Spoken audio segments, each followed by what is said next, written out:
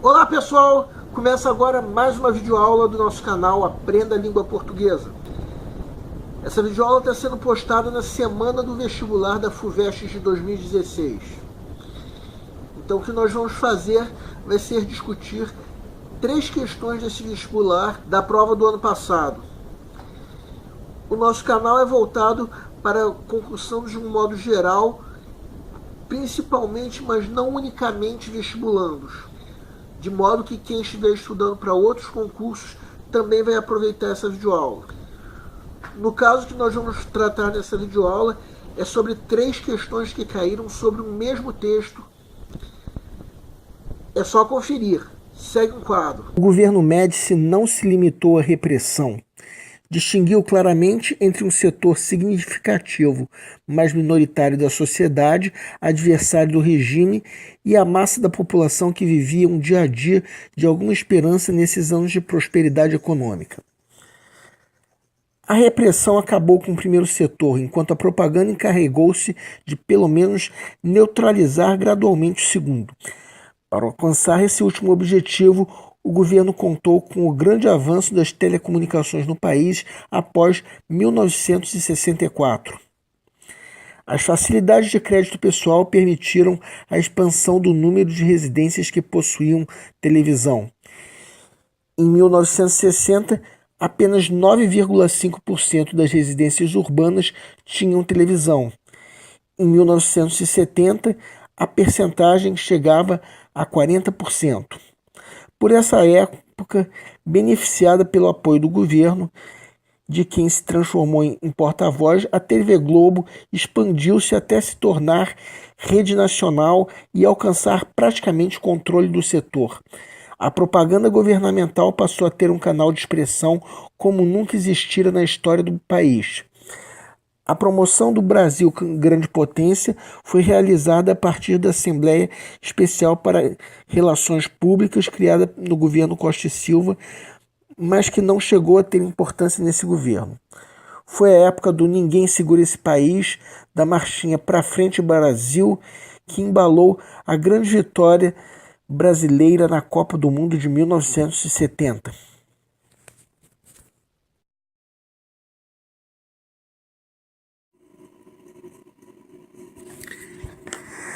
A frase que expressa uma ideia contida no texto é: a marchinha Pra Frente Brasil também contribuiu para o processo de neutralização de grande parte da população. B. A repressão no governo Médici foi dirigida a um setor que, além de minoritário, era também irrelevante no conjunto da sociedade brasileira. C. O tricampeonato de futebol conquistado pelo Brasil em 1970 ajudou a mascarar inúmeras dificuldades econômicas naquele período. D. Uma característica do governo Médici foi ter conseguido levar à televisão a maioria dos lares brasileiros. E. A TV Globo foi criada para ser um veículo de divulgação das realizações dos governos militares. Peço para que deem uma pausa antes de ser dado o gabarito. O gabarito é letra A. Se analisarmos as outras alternativas, chegaremos à conclusão de que a letra B é contraditória, simplesmente por dizer que a repressão foi dirigida a um setor irrelevante da sociedade. Afinal de contas, o que o texto diz foi que a repressão acabou com um setor significativo, mas minoritário da sociedade. Ou seja, se o setor era significativo, jamais se pode dizer que ele é irrelevante. Vamos deixar para discutir a letra C depois, que a letra D também é contraditória. Afinal de contas, o texto diz que é com o governo Médici que a percentagem de residências com televisão passou para 40%. Ou seja, de modo algum, nós podemos dizer que foi a maioria dos lares brasileiros, como diz a alternativa D. A letra E se refere a um fato que não aparece no texto. Em momento nenhum o texto diz qualquer coisa sobre a criação da TV Globo, logo está incorreta. E deixamos para comentar a letra C por último, porque quem marca essa questão pode estar cometendo um erro que já foi comentado em outras videoaulas. Na prova de interpretação de textos, esse erro seria deixar que a própria opinião prevaleça sobre a do autor do texto. Afinal de contas, as questões têm que ser respondidas de acordo com os textos. Ou seja, você pode até concordar com o que diz a letra C, mas a questão pede outra coisa, pede qual frase contém uma ideia contida no texto. Logo, essa alternativa está incorreta. O gabarito, como já dissemos, é letra A. Afinal de contas, o governo inseriu a marcha para frente do Brasil naquela época com o objetivo, como disse o texto, de neutralizar a massa da população que vivia um dia a dia de alguma esperança nesses anos de prosperidade econômica. A estratégia de dominação empregada pelo governo Médici, tal como descrita no texto, assemelha-se sobretudo à seguinte recomendação feita ao príncipe ou ao governante por um célebre pensador de política. A. Deve o príncipe fazer-se temer de maneira que, se não se fizer amado, pelo menos evite o ódio, pois é fácil ser ao mesmo tempo temido e não odiado. B. O mal que se tiver que fazer, deve o príncipe fazê-lo de uma só vez. O bem deve fazê-lo aos poucos. C. Não se pode deixar ao tempo o encargo de resolver todas as coisas, pois o tempo tudo leva adiante e pode transformar o bem em mal e o mal em bem. D. Engana-se quem acredita que novos benefícios podem fazer as grandes personagens esquecerem as antigas injúrias. E. Deve o príncipe, sobretudo, não tocar na propriedade alheia, pois os homens esquecem mais depressa a morte do pai que a perda do patrimônio. Mais uma vez, peço para que deem uma pausa antes de ser dado o gabarito. O gabarito é letra B. A primeira coisa que devemos é saber qual é a estratégia de dominação descrita no texto. A estratégia é primeiramente acabar com os adversários, em seguida neutralizar a população que tenha esperança de mudança. Isso através da propaganda e da concessão de crédito para comprar televisão. Ou seja, não se trata de provocar temores como na letra A, nem tampouco de deixar o barco correr como na letra C, nem tampouco contribuir para que tudo fosse esquecido como na letra D. A letra E não tem nada a ver com a estratégia de dominação descrita no texto, desde quando o governo Médici optou por não tocar na propriedade alheia.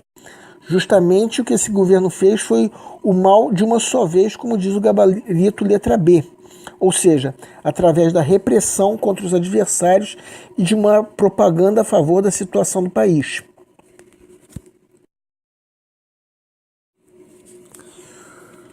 Nos trechos, acabou com o primeiro setor e alcançar praticamente o controle do setor, a palavra sublinhada refere-se respectivamente a aliados, população, B, adversários, telecomunicações, C, população, residências urbanas, D, maiorias, classe média, E, repressão, facilidade de crédito. Mais uma vez, peço para que deem uma pausa antes de ser dado o gabarito. O gabarito é letra B. Agora vamos conferir no texto. Por esse trecho que acabamos de transcrever, nós percebemos que o termo setor se refere ao primeiro setor que o trecho fala, ou seja, um setor significativo, mas minoritário da sociedade, adversário do regime. Em outras palavras, os adversários, de modo que tudo isso já é suficiente para sabermos que a letra B é o único gabarito possível. Quanto ao segundo termo sublinhado, basta lermos esse trecho. Por aí nós já percebemos que o termo setor refere-se a telecomunicações, o que confirma como gabarito a letra B.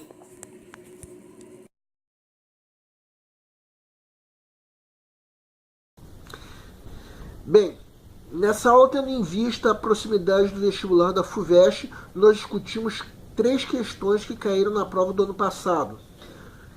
Quanto ao Enem, devido a problemas de força maior, muitas escolas que seriam locais de prova foram ocupadas. Com isso, o Enem foi obrigado a fazer o que nós podemos chamar de um segundo turno das provas, ou seja, as provas para os candidatos que não puderam fazer a prova. Esse segundo turno será domingo, dia 4 de dezembro. Queremos pedir de qualquer maneira para vocês que fizeram a prova do Enem que nos escrevam para falar das dificuldades que vocês tiveram.